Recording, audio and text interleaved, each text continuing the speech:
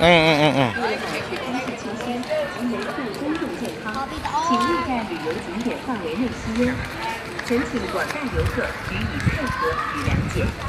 祝您拥有一段愉快且有意义的参观与购物时光，真诚感谢。Welcome to Donghae Tourist Attraction for sightseeing and shopping. To ensure mà nàng mua thật nàng mua cho mày. Ê. À này. Này, này này.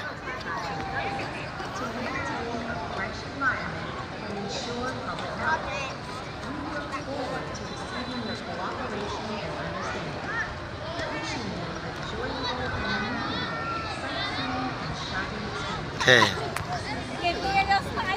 Ta. Sao con sao?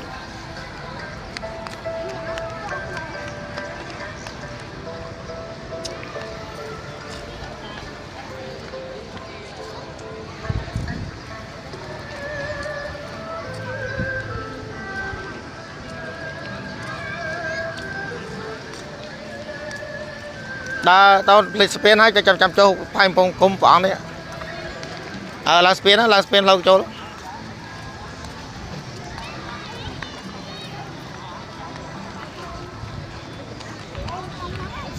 Mà. Ê, nè. Ê nè.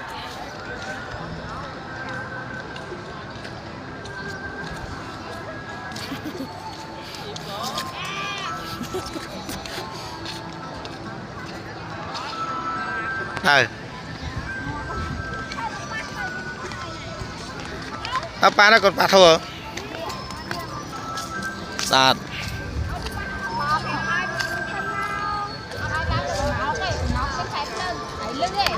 Nè nè.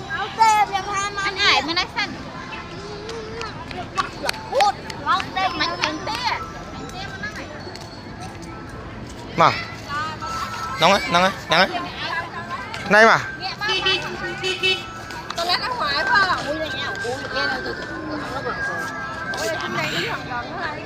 Này. Em thấy chứ đâu, em thấy chứ đâu.